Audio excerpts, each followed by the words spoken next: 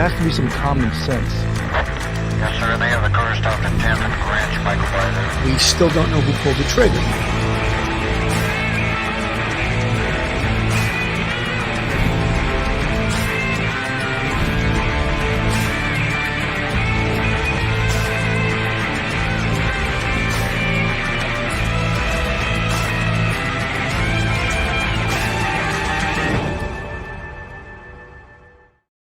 Hello, everyone, and welcome to Police Off the Cuff, Real Crime Stories. I'm your host, retired NYPD Sergeant Bill Cannon, a 27-year veteran of the NYPD. Folks, this case has entered day number 10. And if this was easy, no doubt they would have him already. The resources that are assigned to this one escaped inmate are incredible when you think of the cost, not just in financial terms, but in human terms. It's pretty outrageous. And that's why you can understand when someone escapes from a correctional facility, why it sort of shuts the whole area down. And is there a cost? How do you put that in a dollar and cents cost? And just also the stress that it puts on a community. It's just incredible. And the fact that this little fella here, Danelo Cavalante, with his little sad face on the screen, let's hope his face gets sadder when he gets caught. He caused this, convicted of a murder and sentenced to life without parole. He takes the chance. And apparently the facility that he escaped from is more of a jail, not a prison. And I was somewhat amazed when they were able to, when they had an escaped prisoner on May 19th of 2023, and Danelo Cavalante escaped in the same exact fashion as the escaped prisoner in May. Why had they not corrected that? You know what their idea of correcting it was? Putting razor wire up at the top of it. Obviously, that did not stop him. So don't the prison officials, aren't they responsible for it? And we know who took the hit for this, right? The correction officer sitting in the tower, that his job was to monitor that area and to report on anything he saw. And he obviously didn't see Danelo Cavalcante sneaking out across the rooftop. Inexcusable, of course. Should he be punished? Absolutely. Should he be fired? Well, they did it. I'm not going to argue with them. But how about, let's go to the top. Aren't the people at the top responsible for this? They had over 3 months to change the security of that location. How about an alarm anytime someone touches the wall there? How about maybe some spikes that discourage people from going up the wall? Spike the wall, right? Besides the razor wire. Obviously, what they did, the precautions, the security precautions they put in did not work. Pennsylvania State Police say there were 2 more confirmed sightings of escaped killer Danelo Cavalcante in Chester County Friday as the manhunt continues into its second week. Both Friday sightings were within the search area that local, state, and federal authorities have been combing through since the convicted murderer escaped last Thursday. The search parameters have shifted to Conservatory Road to State Route 52 and Street Road to Longwood Road. So they feel as if they have him boxed in. Whether they do or not, look, he's being spotted. One of the most efficient things in regards to the search are these trail cameras, because obviously when he doesn't see whatever vantage point or whatever hiding place he has, if he doesn't see law enforcement or movement, then he feels confident of coming out and perhaps moving his position. However, when he hears or sees law enforcement, that's when he takes deep cover. And look, this guy's 5 foot tall, 120 pounds. That doesn't make him any less dangerous, but he's a small guy. Prison officials revealed Friday that a tower guard at Chester County Prison had been fired after Cavalcante slipped away on his watch during a brazen daytime escape. He escaped while he was awaiting transfer to a state prison. So they're calling this a prison, and it's actually a jail. And folks, if you don't know the difference, a jail is designed as a facility to hold someone for less than a year. Once someone is convicted and they get that name convict, now they must be delivered to what's known as a state prison, where incarcerated inmates are there for more than a year. So those are for felony convictions. Jails are usually just holding facilities or to incarcerate someone for less than 1 year. So why am I saying this? Because as a result, these facilities are not as secure as state prisons. However, if they're going to house desperados like this guy and felons are waiting to go to the state prison, then they better be Susan Bales. Yes, he was, according to reports, Chester County Prison is not a prison. It's more of a jail or a holding facility because he's convicted. Now he has to go to state prison. So that's the differentiation between that. So he was sentenced, and he was awaiting transfer to a state prison for stabbing his girlfriend in 2021. Prosecutors say he wanted to stop her from telling police that he was wanted for a killing in his home country of Brazil. There's a whole other area of that. What was he doing in this country?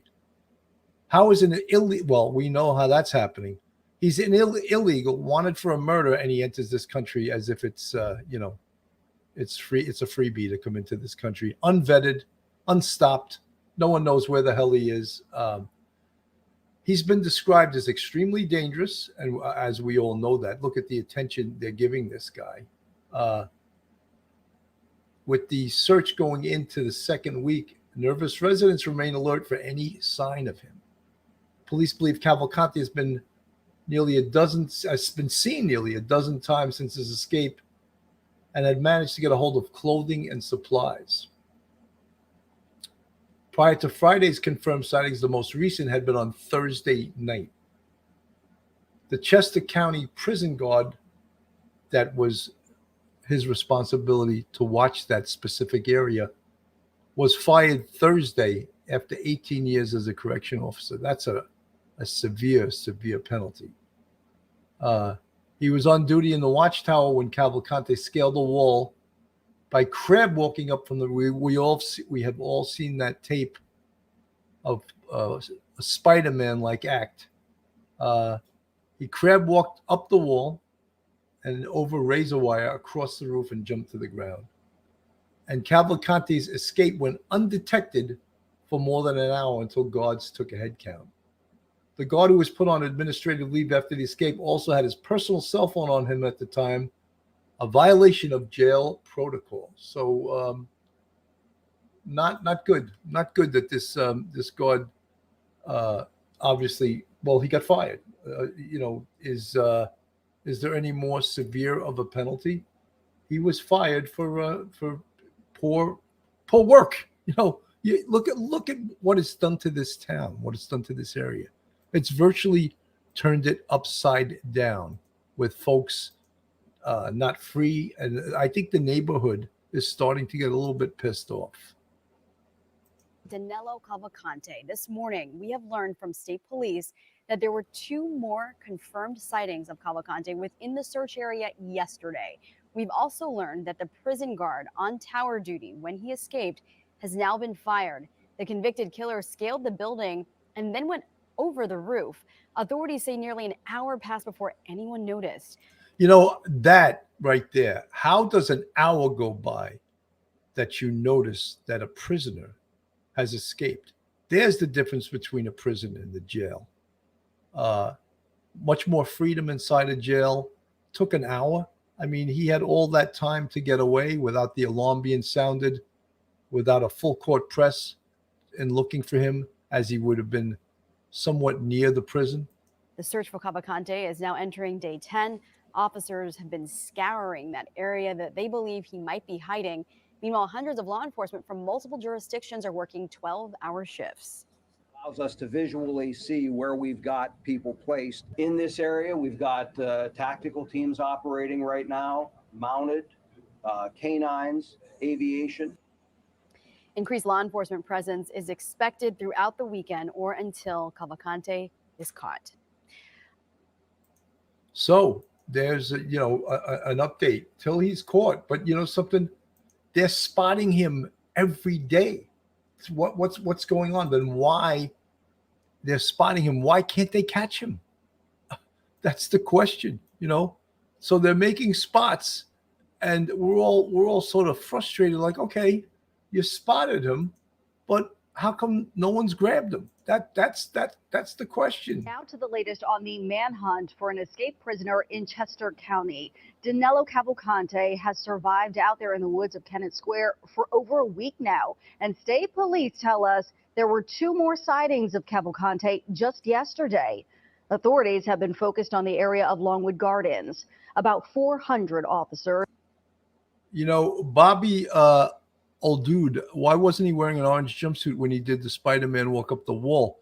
Usually those are given out for prisoners that are convicted and in a state prison. So I don't know if they're allowed to issue those orange jumpsuits that are very apparent that you are a prisoner when you're wearing that. So good question, but it could be potentially because jail inmates are not given those pieces of the uniform there. But crazy, right? Yeah, absolutely crazy. The rights that prisoners have as compared to the rest of us. Mixed with aviation support, canines, mounted details, tactical teams, and state-of-the-art technology are out there trying to track his every move and capture him. As officers try to outnumber Cavalcante within that perimeter, people in that area are living on edge. It feels scary to go out and not know where he is or what's going on. It's just shocking that so many people are searching and it's one person and we can't find him. Officials say the corrections officer who was on duty during Cavalcante's escape was fired. Meantime, Longwood Gardens remains closed today while police continue their search. And of course, we are staying on top of the search for Danelo Cavalcante, and we will update this story as soon as it develops. You can always get the latest on TV and online at cbsphiladelphia.com. And remember. So, folks, yeah, we're all frustrated. Like, what is taking so long to capture this guy? He's not Spider-Man, although he looked like it when he climbed that wall. He's one person. However, in a way, he has an advantage because he can see law enforcement coming.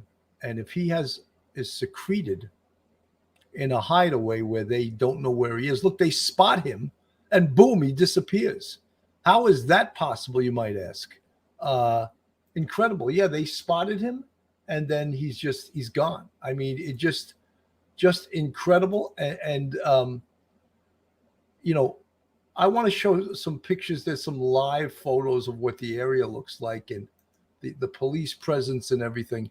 And they're sparing no expense whatsoever in looking for this individual. Of course, they're taking it extremely seriously, as they should. This guy could potentially kill someone else while he's out, and that would be horrific if that happened.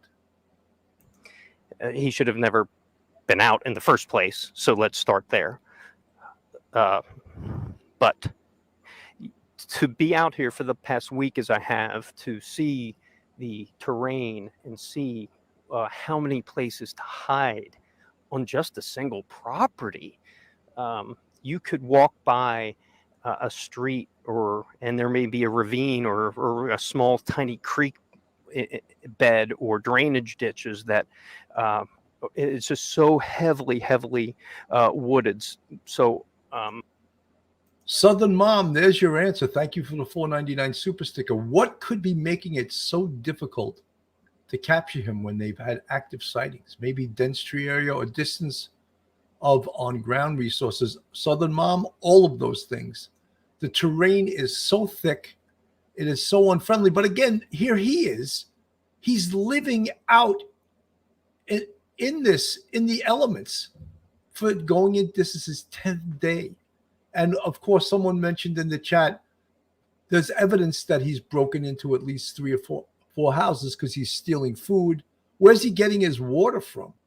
If you don't have water in this heat, you're going to collapse. You're going to get dehydrated. And, you could actually even die without water. But apparently he sounds like a survivor. I don't know if he's, look, he came into this country. God knows how he came in.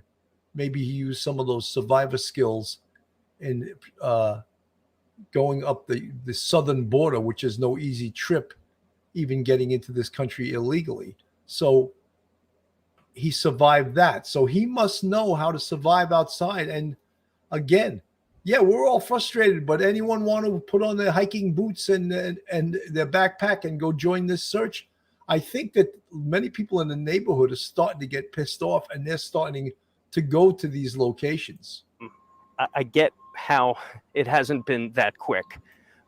So I could understand it. Do I wish he has been captured by now? Absolutely. But I think those who are criticizing the lack of capture so far, I think you owe it to yourselves to come out to the search zone and kind of look at the topography and look at what they're dealing with. So it's tough. Plus, not to mention, it's been a heat wave all week, very humid. So officers wearing heavy tactical gear and things like that, dealing with that kind of thing. So making sure these guys are physically fit to be able to do the job with refreshments and hydration and stuff like that has been an issue. So logistically, there has to be a whole support center for all these officers that are on these scenes, doing these searches, bringing them food, bringing them water, allowing them to rest, giving them a spell, having another officer come in and take their position. Even this guy who's walking back and forth guarding the perimeter, I don't know if you ever stayed on your feet for that long in the hot sun. It's not an easy thing. It might seem like it's easy, but he's out there in the elements. And they're guarding this perimeter, which they're not a whole lot of movement. They're pretty sure that he is still inside this perimeter, because that's what they're guarding. That's what, and something. So far, they've been correct that he has stayed. He ventured out southbound from it, but he has pretty much stayed within this perimeter, and it's. I want to play something last night from Cuomo on News Nation. He had speaking with a friend of the woman who was killed by Danelo Cavalante, and I'll play a little bit of this as Cuomo on News Nation. Of course, they think this is the most breaking news there is, but it's not anything about breaking anything. Let me see if I could get this to go. Here we go. They put up his picture so people can remember, because he's got to be in that area in Pennsylvania. The subject of a massive manhunt in Pennsylvania, okay? So Daniela Hernandez was friends with Deborah Brandao, Cavalcante's ex-girlfriend, whom he stabbed to death 38 times in 2021 in front of her 2 kids. Why? She threatened to expose that he had killed someone in Brazil. He's a bad guy. Okay.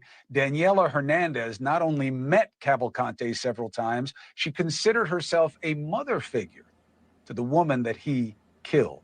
Daniela joins us now. I'm very sorry for the loss of your friend, and I appreciate you trying to help us understand the man who did it. Thank you. Thank you very much. Are you surprised that this guy was able to figure out how to climb a wall and escape a prison and stay away from authorities this long? No, not really surprised. I think this guy grew up kind of in the woods, and I think actually he probably was surprised that he got out without being seen. But I was not surprised when I saw him climbing the wall like that. Tell us about this guy and why you believe that the authorities are going to have a hard time. I think he grew up in the woods, and I think that he probably can stay several days as he is right now, probably hiding during the day and then walking at nighttime.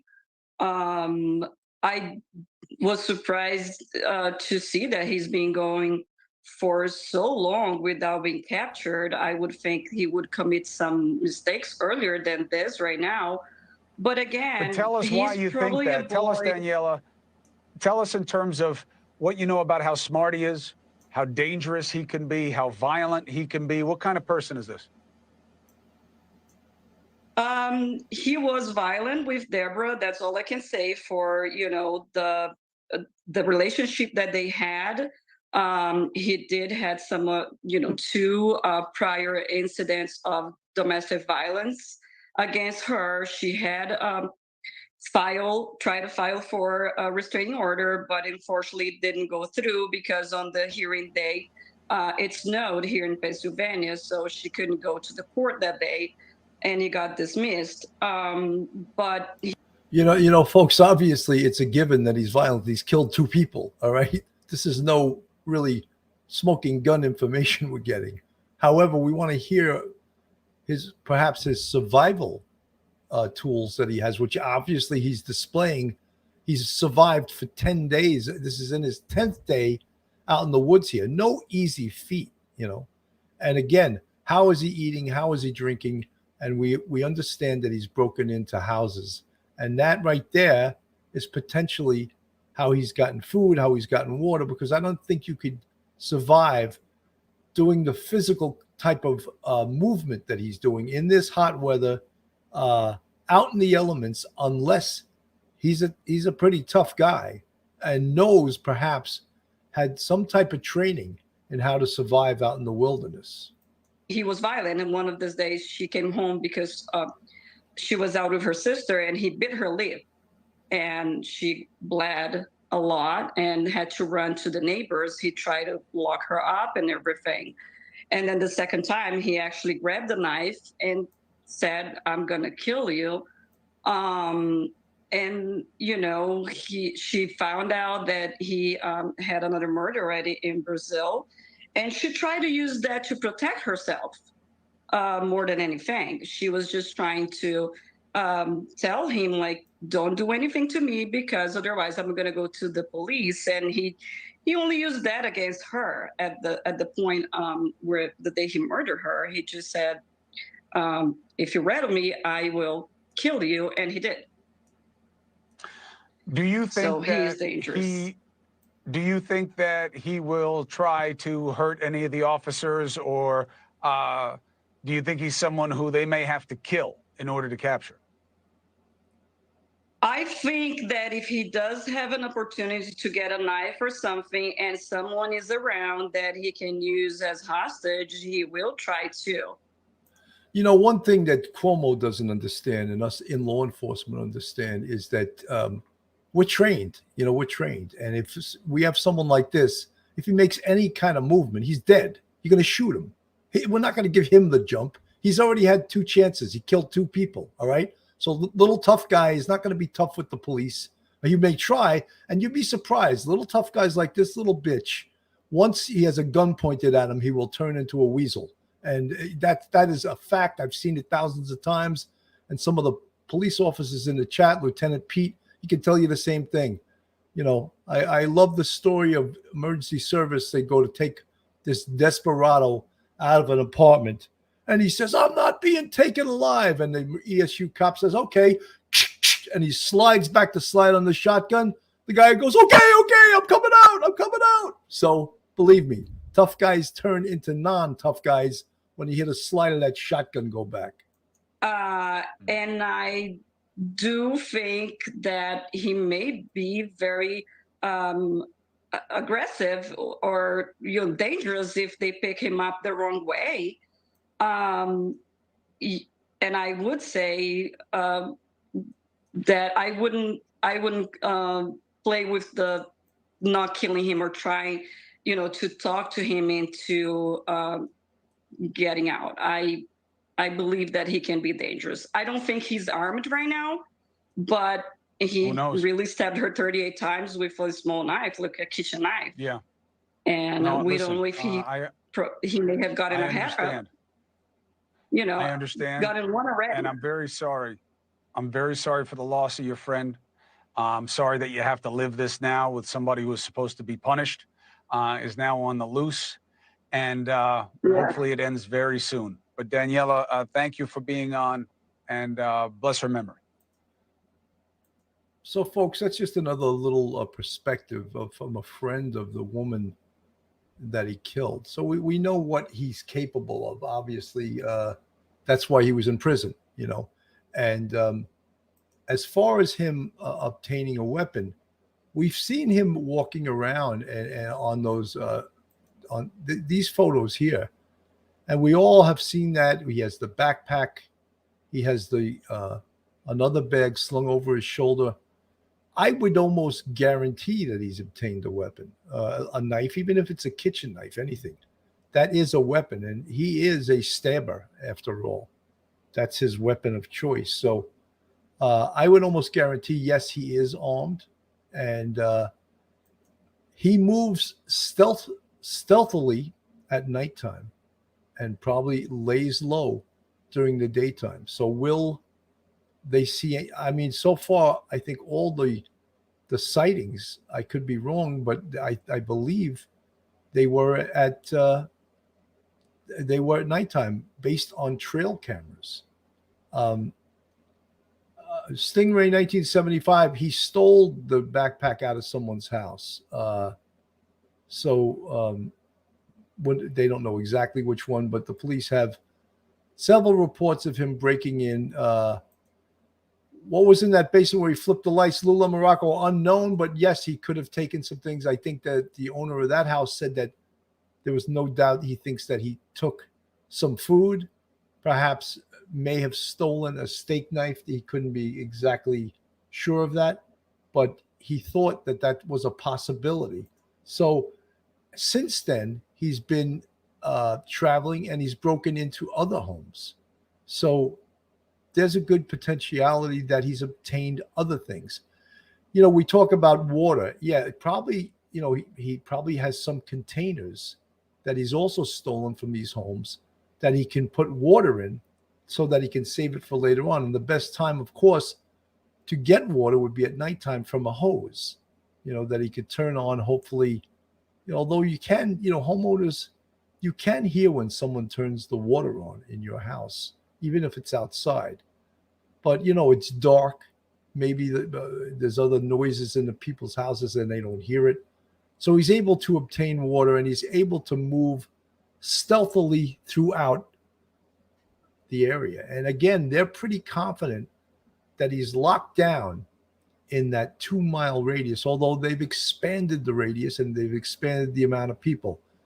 If it rains tonight, someone asked in the chat, Lula Morocco, I believe it was, will that affect the scent capabilities of the dogs? Yes, it does a little bit. It does affect that. So far, the dogs haven't been able to find him,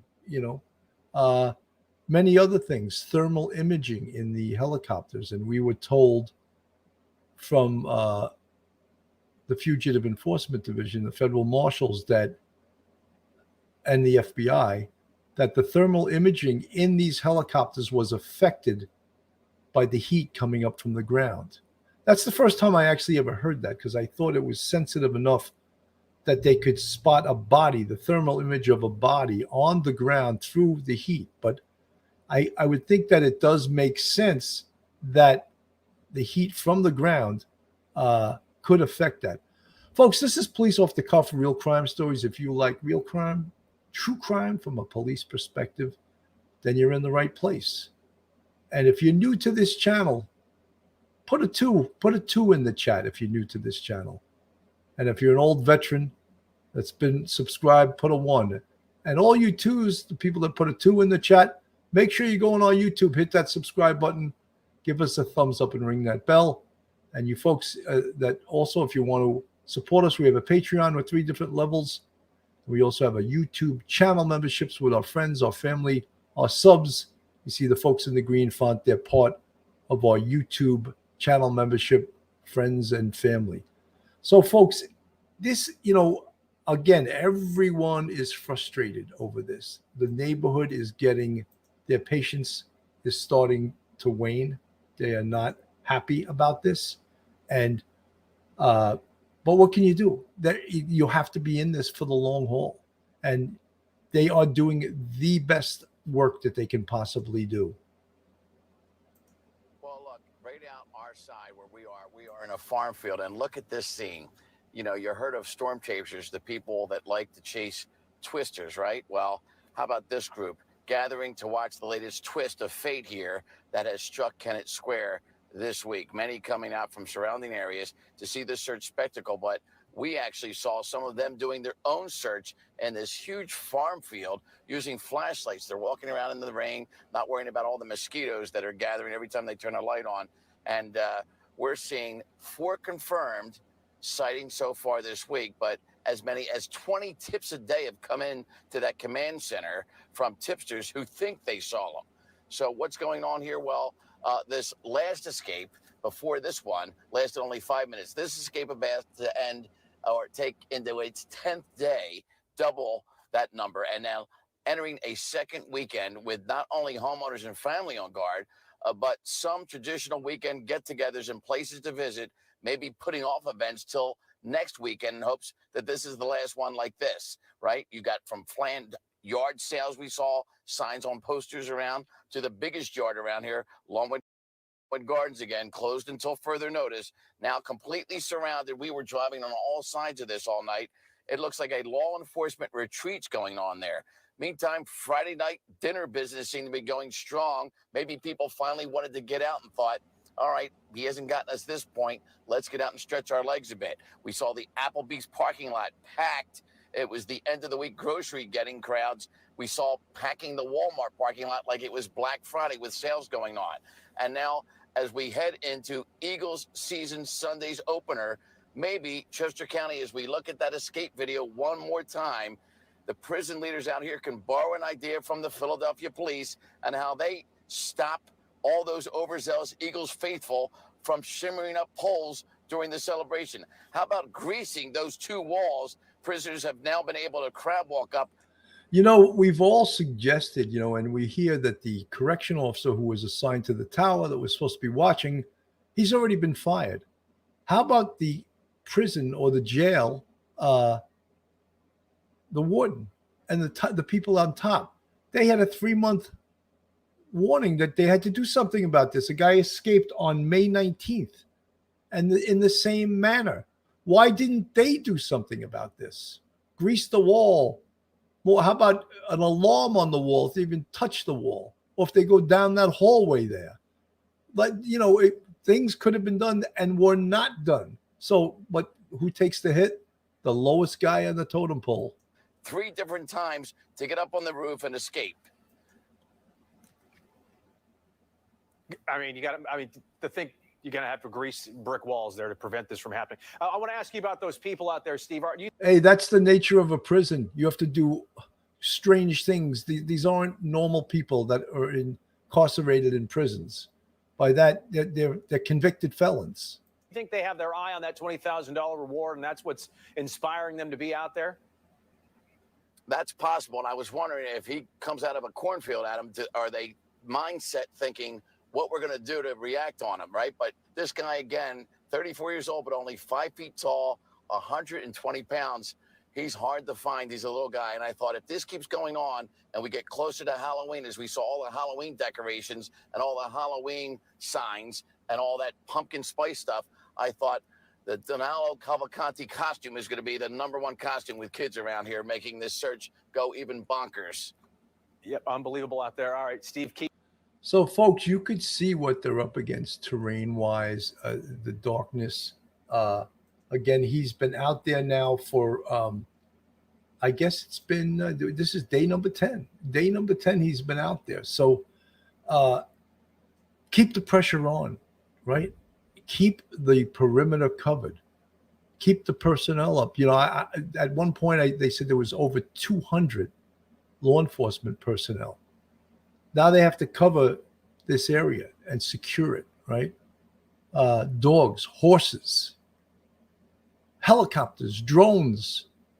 You know, I feel like saying lions and tigers and bears, oh my, right now. But all of those things to go after, and again, we find it crazy. One guy. This is one escapee. Why haven't they caught him yet? But when we look at the terrain and when we look at what they're up against, it's understandable.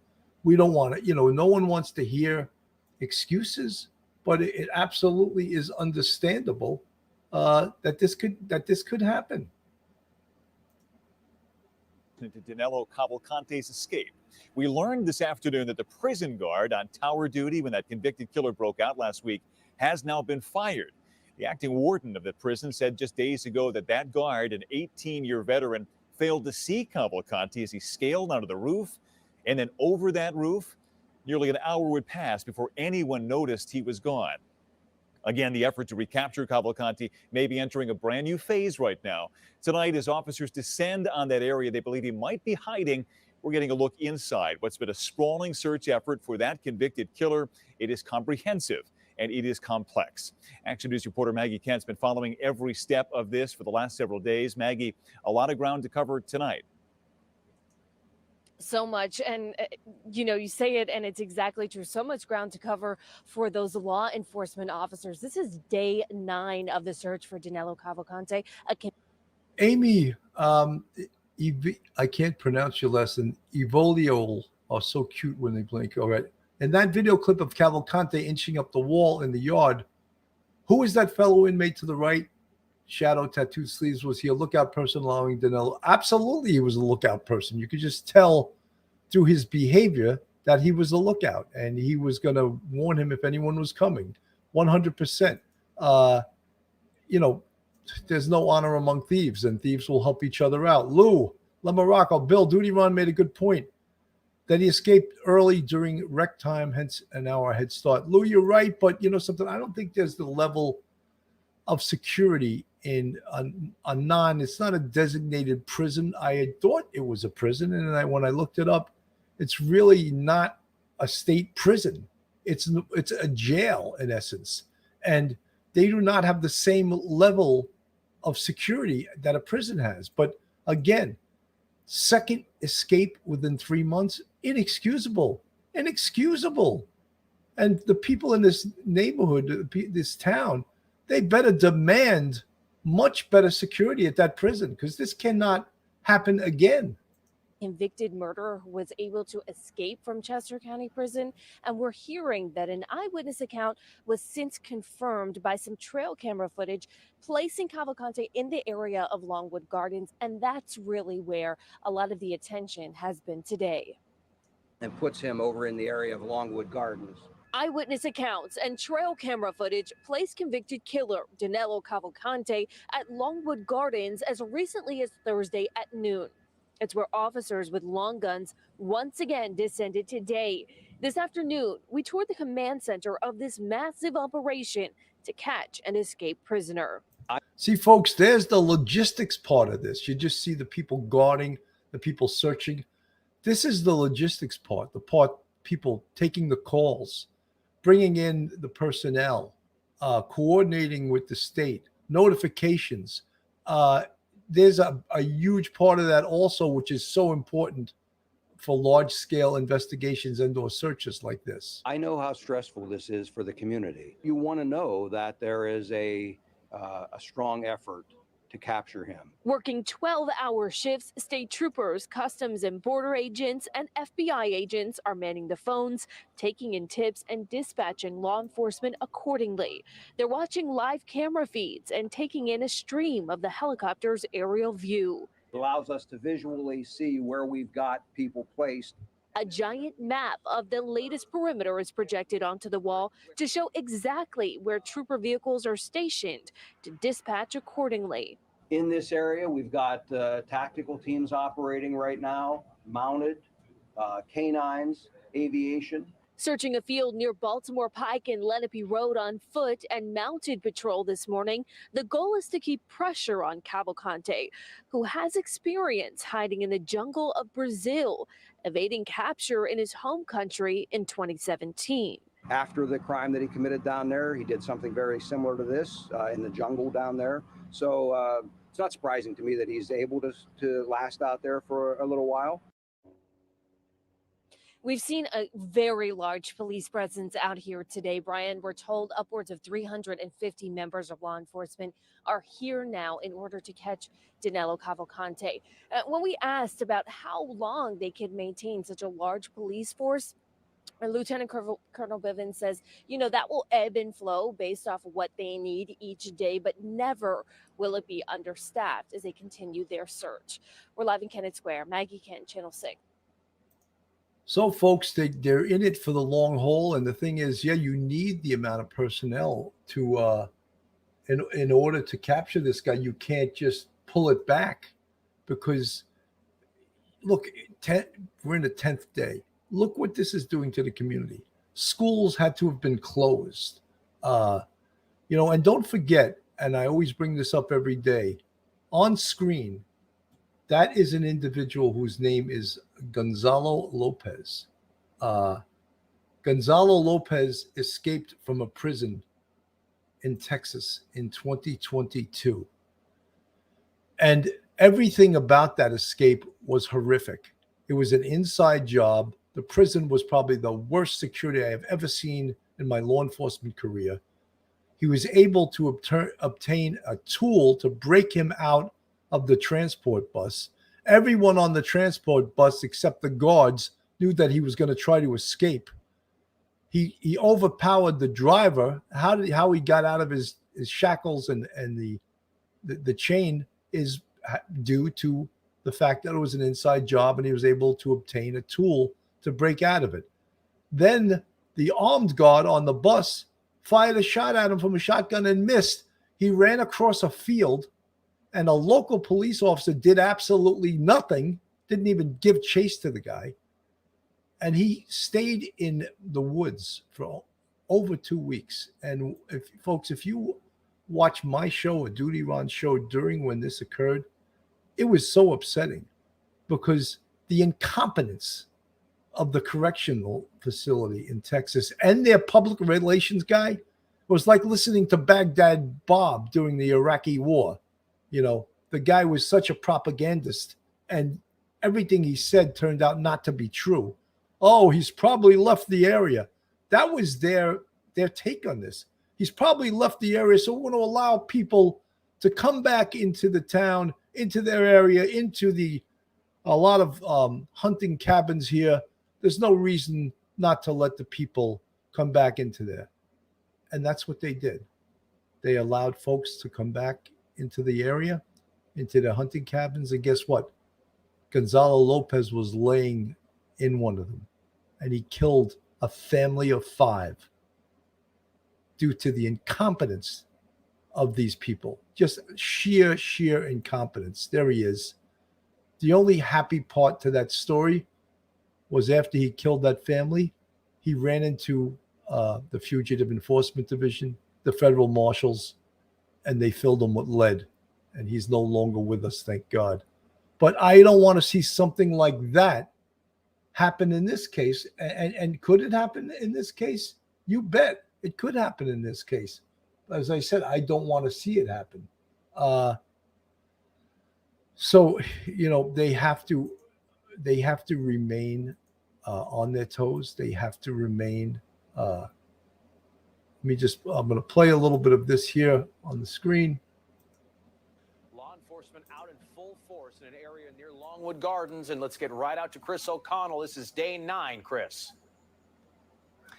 That's right, Jason, day 9, and we are now on the scene of another reported sighting of Danelo Cavalcante on the grounds once again of. So obviously, folks, this was yesterday, but this is the report from yesterday. They were running all over the place yesterday because there had been numerous sightings.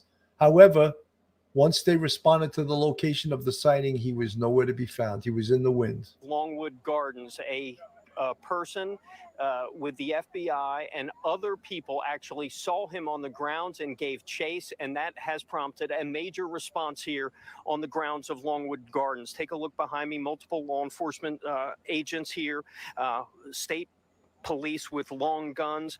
It's just one of a series of number of sightings over the past couple days. Day 9 in the around-the-clock search for escape killer Danelo Cavalante. Law enforcement search teams spent the day swarming wooded areas around Longwood Gardens. Along Baltimore Pike, state troopers positioned nearly every 50 yards as the search effort intensifies. Do you feel like you're closing in? I'll let you know when we catch him. Today marked the largest number of law enforcement since the manhunt began. The search in the heavily wooded areas now covering 8 square miles. We pulled more people in through the night last night, some additional help from other agencies, from our own agency, and we have got somewhere north of 350, maybe close to 400 people working on this today as we speak. The latest confirmed sighting of Cavalcante came around noon yesterday from someone on the property of Longwood Gardens. It prompted state police to shut down the famous attraction and shift the search area to the west, including several new residential neighborhoods. That allows us to see how that perimeter is shaping up. And for the first time since the start of the search, the media was invited behind the scenes of the temporary command center at the Poe-Marlin Fire Company in Unionville, about 3 miles from the search zone. Inside a call center where state, federal, and local authorities are working around the clock, poring over tips and potential sightings. In the middle of the room, a large screen showing in real time the hundreds of state police and other law enforcement surrounding a new perimeter. Outside, Verizon and AT&T brought in trailers for voice and data communications and more mobile command centers monitoring cameras, maps, and aerial searches. I don't think people realize what it takes to support an operation like this. It takes a lot of behind-the-scenes work to make sure that everything runs as a well-oiled machine. State police hasn't said how much the response is costing taxpayers, and despite the price tag rising every day, police say they'll keep as much pressure on Cavalcante until he's caught. We're actively trying to work this and bring it to an end so that the community can go back to normal, that school kids aren't concerned about getting on the bus or going to school or hearing a helicopter overhead at their school, that all of the things that people enjoy in their normal lives go back to that. And speaking of helicopters, we're hearing those above, we're seeing them above, and you see what we're seeing right now. FBI agents, state patrol, state troopers with long guns on the scene of an active sighting of Danelo Cavalcante. It was about 2 hours now. Once again, FBI agent and several others saw him and gave chase through the woods onto Longwood Gardens property, and that prompted out. They think they are close. We saw helicopters hovering very low. Keep it right here to Fox 29 and our Facebook and YouTube feeds for the very latest, guys.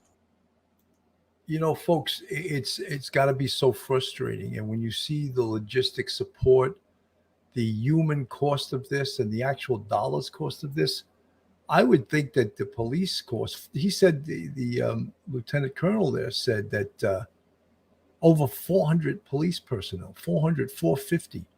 Can you imagine just the cost of that?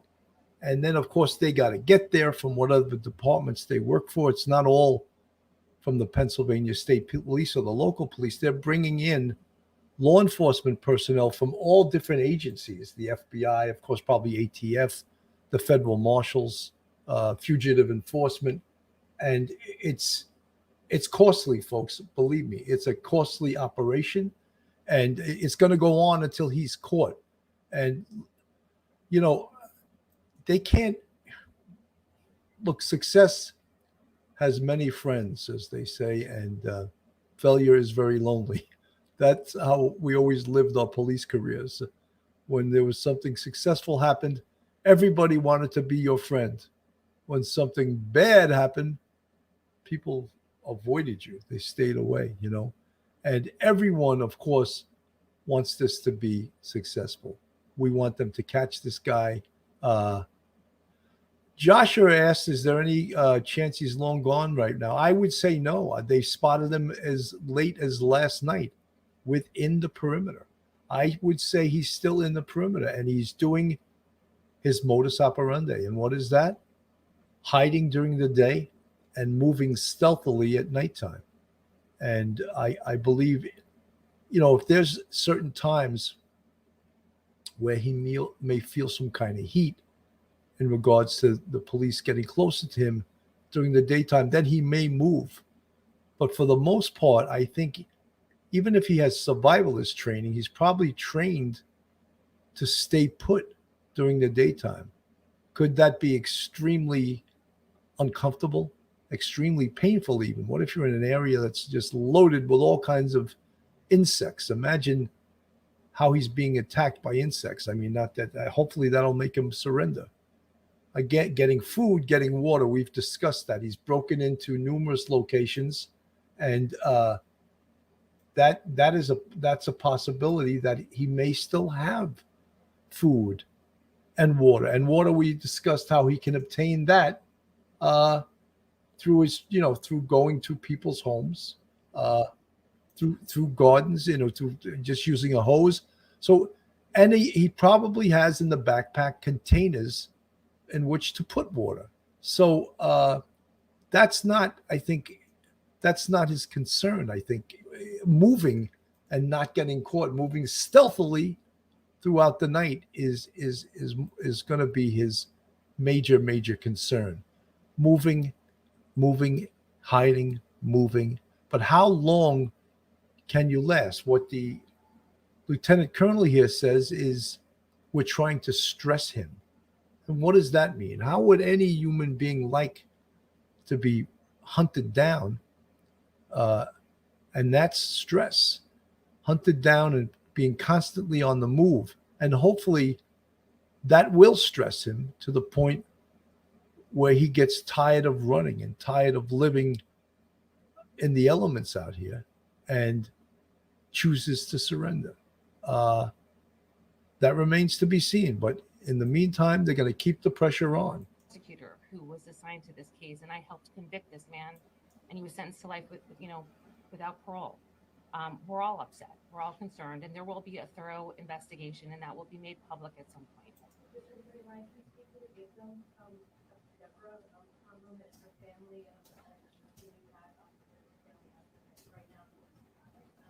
They do have protection, and they are terrified. They haven't left their home.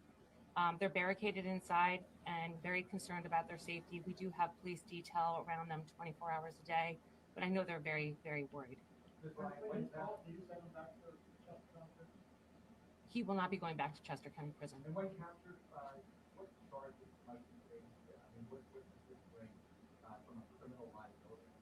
He's charged with escape right now. That's a felony.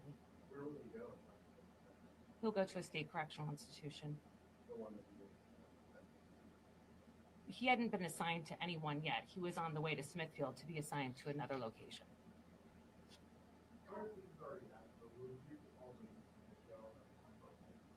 No, we're not focusing on that right now. Our primary mission is to get this guy in custody. That's where all of our attention is focused at this moment.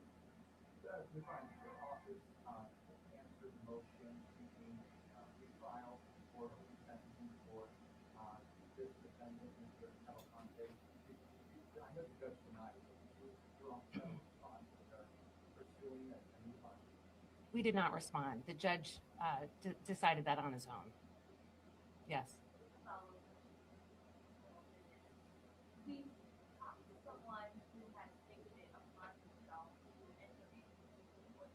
It's hard to hear the questions, but we'll judge by his response.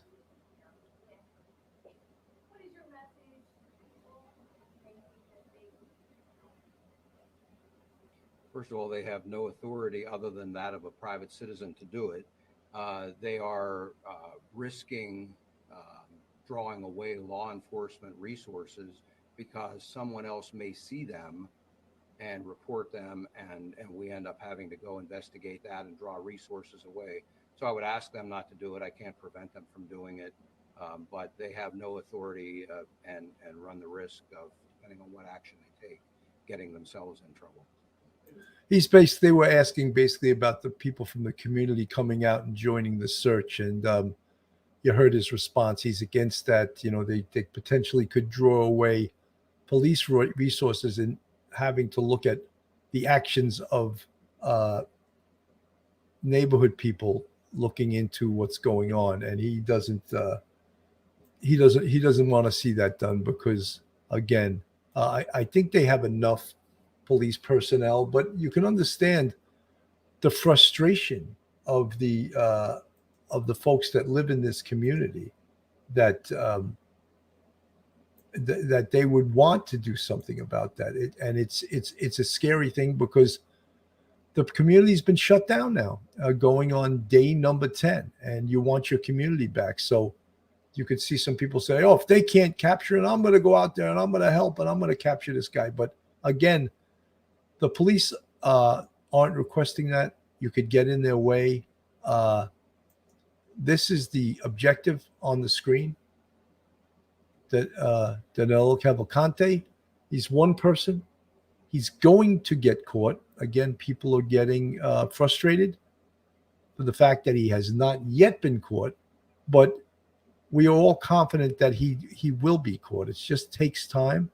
And again, I don't live in that neighborhood. I'm sure I'd be just as frustrated if I did. Fuzzy Doxy, yes, there is a $20,000 reward. Is that the motivation to some? Potentially.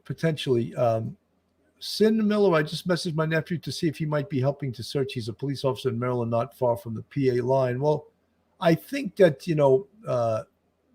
the lieutenant colonel here requested that they'll handle it. Basically, they don't want help.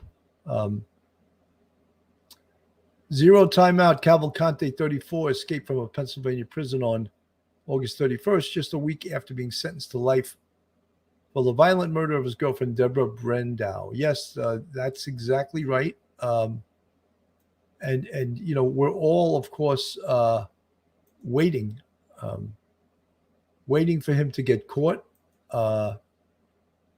Jersey Devil, there were locals out in the corn with rifles and beer last night. Yeah, see, that's rifles and beer are not a good idea, in any circumstance. Anyone yahooing it out there and armed with a firearm and drinking, they're not the type of person that I want helping out in this instance. So, yeah, that could be a little crazy. Law enforcement centers its search now on a perimeter near Longwood Gardens. And new tonight, the prison guard on duty when Danelo Cavalcante escaped has been fired.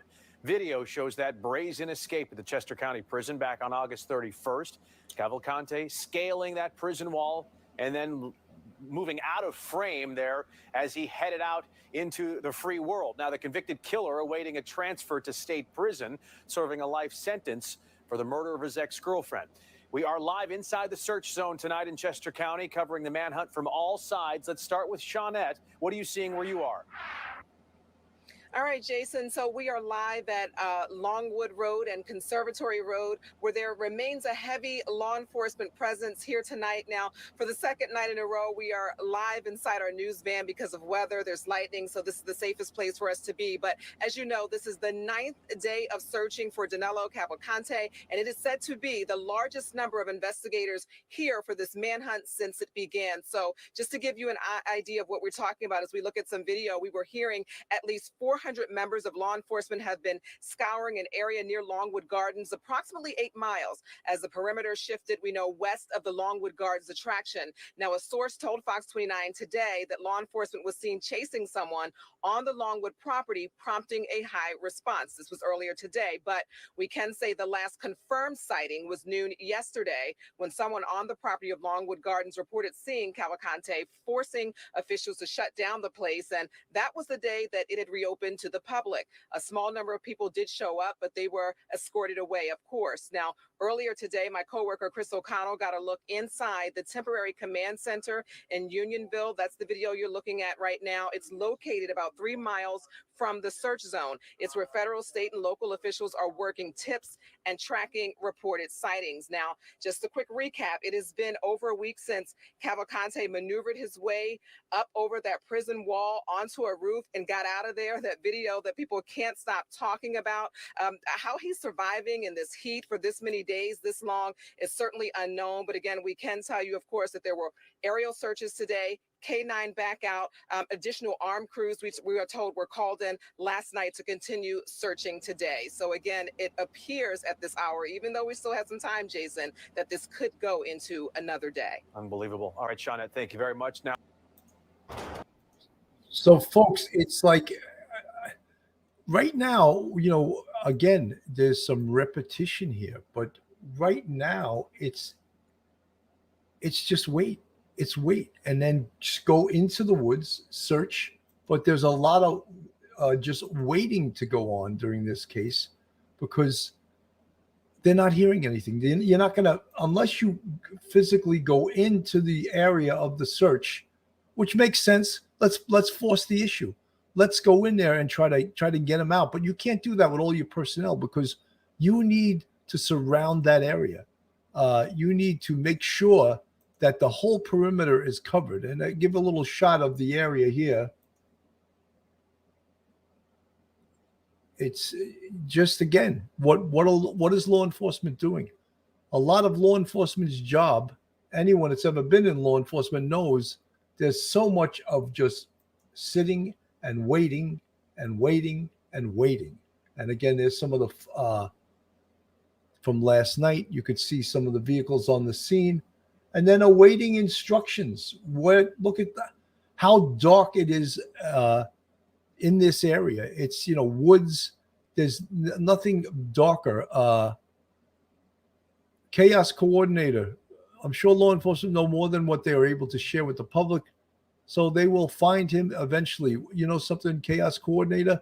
We're all praying for that, that he is found, but eventually is not a good word to use in a community where the people are they're starting really to lose their patience. But you could look on the screen. Look at that field right there. It's just not so inviting, right? Someone could easily hide there and for a long period of time and move again stealthily. That looks like it's lit up right now, but they can't light up the whole area. And again, look at the amount of times he's been spotted. However, each time he's been spotted, yeah, that's got to be the light. You saw the light shine on that bush from a helicopter. You see that? You see those lights? There we go. And there's some state police vehicles, law enforcement vehicles going into the area. Again, still a very uninviting place, but Danelo Cavalante has survived here for over 9 days, into the 10th day. And law enforcement, again, is doing the very best they can in searching these areas. You see a couple of law enforcement on foot. That can be dangerous also. You don't want to get shot yourself by friendly fire. So all of these things, none of this is safe type of work. Magical Mary Bill, they'll find him, but I can't see him complying. I think he'll be shot and killed by law enforcement. That could happen. That could happen. Lori M, 10 days, and he hasn't managed to get down to Florida yet and is still in the vicinity of where the most law enforcement are looking for him. Well, he hasn't been able to get outside the perimeter. And that is the key for law enforcement. Keep him inside there. And at some point, they'll stress him out. He'll move and he'll get caught. And that's the plan. That is absolutely the plan. As you see law enforcement walking inside this perimeter, think of like Danelo Cavalcante right now. If he's hidden somewhere and he sees these officers, obviously he's going to stay put. He's not going to move anywhere outside while there is law enforcement inside the perimeter here. And of course, this is nighttime when he would prefer to be moving. That's when he wants to move, nighttime, stealthily move to another position. And that's why, again, you secure the perimeter, but you put law enforcement in there, try to force him out. Try to force him out of the area. And that's how he's going to get caught. And look, this is a painstaking job. There's nothing easy about it. And as you can see up on the screen even, we have the picture of him caught on those trail cameras, which again, those are the key, because he can't tell where a camera is, right?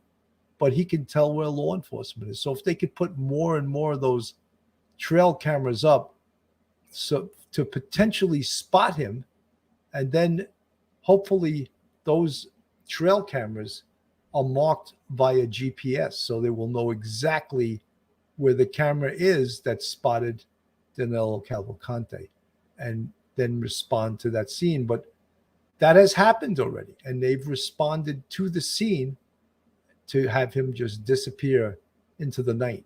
And again, he's a small little guy. He's 5 foot tall, 120 pounds. Tough to Tom Cusinelli.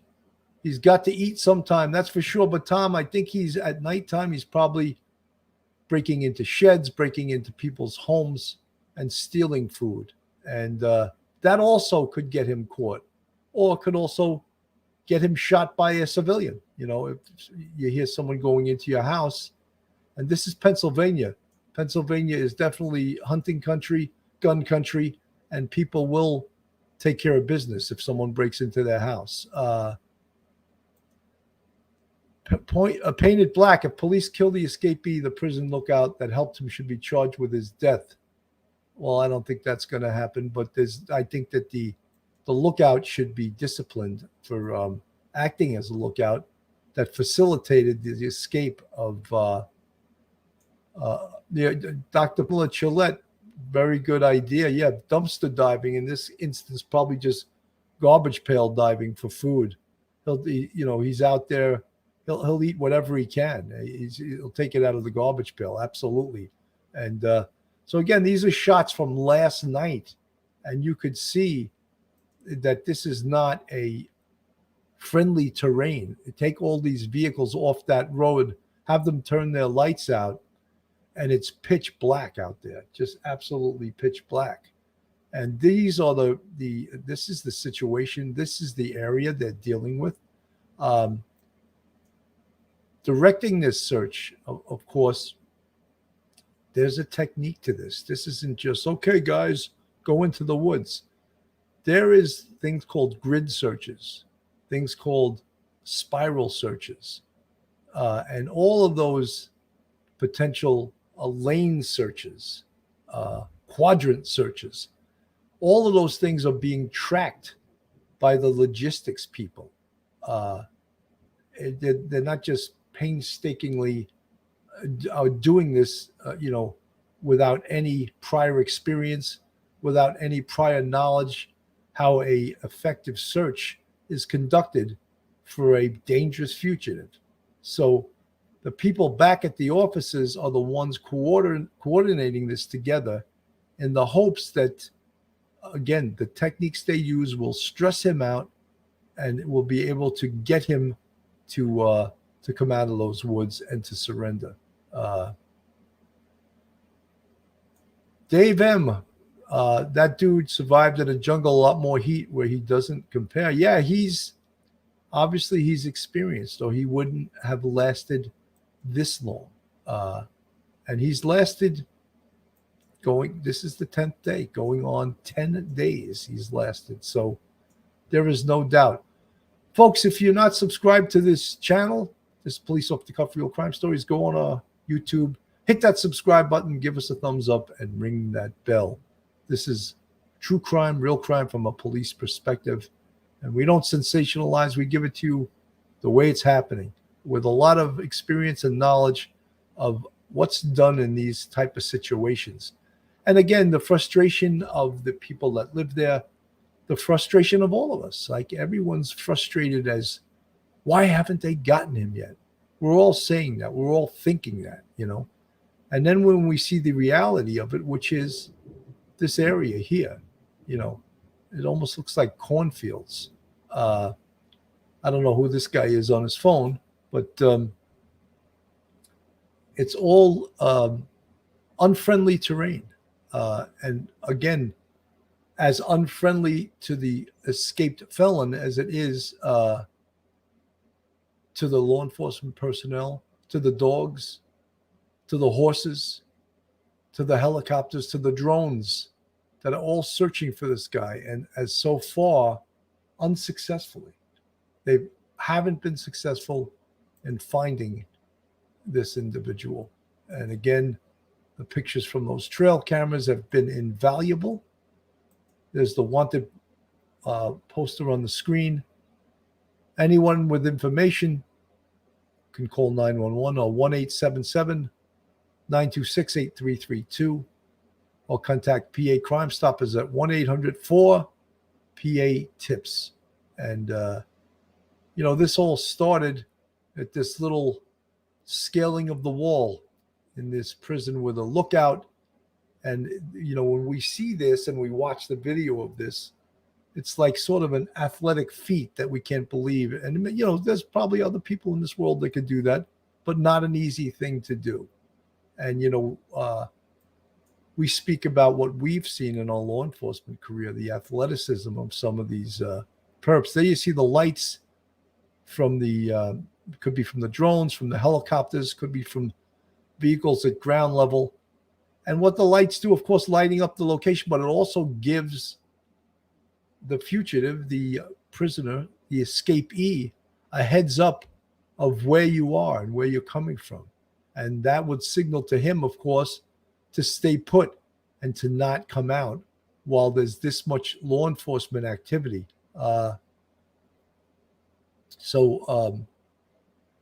It's a crazy thing, but he's out there again, guys, going on the 10th day.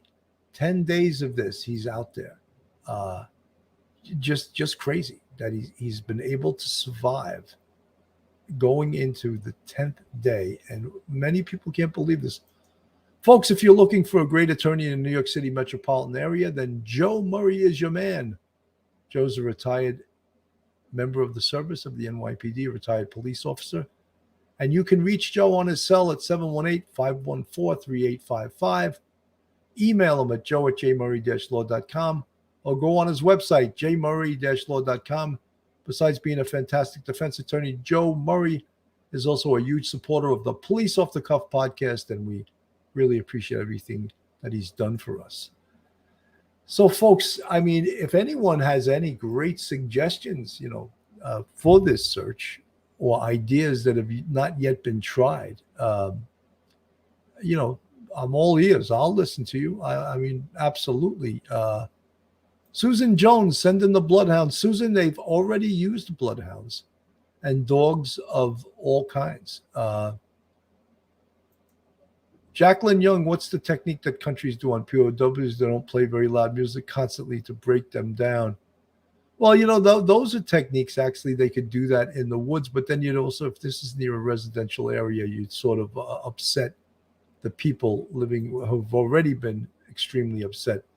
Lisa K., I live in Chester County, and I'm very frustrated with this whole situation. How much do you think this is costing law enforcement each day? Lisa, I just know that at the end of this, I don't know the exact cost. I know it's going to cost in the millions with an M. Absolutely. Nothing about this search, nothing about shutting down the community, nothing about businesses being shut, schools being shut. All of those things cost money. And, the business of America is business. And when the businesses can't run, but that's another part of the real cost of this, and not just not just what it costs for the police personnel. And as we look at the field, you could see again, and when no one's making light of this, of how difficult a search this is. Yes, Wild Z Pony, we should do a surreptitious search on the down low, surreptitiously. That's what we're doing. We're trying to search for him surreptitiously. Hoku Tube 75, $1 million a day. Just saw it. Well, that's the estimate. I'm sure they're saying it's $1 million a day now, but when the actual costs come in, I'm sure it'll be much more than that. And unfortunately, that they have to spend it. What's the alternative? They let this guy escape. So it's definitely they have no choice but to spend this money. They have no choice but to keep the pressure on. They have no choice but to keep the amount of personnel there. And let's not forget what this guy is in prison for. Let's not forget that if he escapes, he's still a danger to the community. He's still a danger to anyone out there. So, Mary Ricketts, helicopters and heat sensors and drones. Yes, they tried all of those things. Yeah, well, someone's saying that they think that the hunters can help. As the lieutenant colonel said from the state police, in essence, if you have civilians helping you, it's not going to help you because you're going to have to respond to investigate them when people start complaining about their actions. So it's better off to keep this just law enforcement personnel. If civilians run into this guy on their own and they can help out that way and take him down, that's a whole different thing. But to actively go out and search, I don't think they want them to do that. Linda J., how about turning off most of the Flushing police call lights at night and surprising him? Linda J., that's I'm sure that all those techniques are being tried. Every possible technique is being tried. And believe it or not, there is someone who is running this investigation. And I believe it's that lieutenant colonel who's been on the air all along, describing what they're doing, trying to keep people up to date, trying to be as transparent as he possibly can, but also let people know that they're out there. They're not going to give up. They haven't found him yet, but, this is how a search like this is done. They had a escaped prisoner a couple of years ago in Pennsylvania here, and the guy was out there for 3 weeks. 3 weeks. Let's hope that this will not take 3 weeks. Let's really hope that they get this under control and they get him apprehended now, tonight, tomorrow, not 3 weeks and not 4 weeks from now. We need to have this guy apprehended. He's a dangerous individual, and we can't allow this to go on and on and on.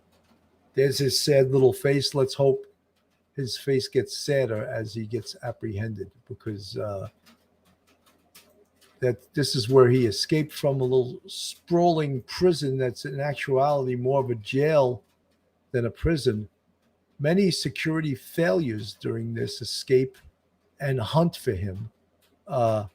But absolutely the number one failure is right there, that someone had escaped in the same exact way and nothing was done about it. Nothing. Well, their idea of doing something about it was to put razor wire at the top of the wall, but it wasn't addressed any other way. There should have been perhaps even an alarm on that wall when someone walked down that hallway.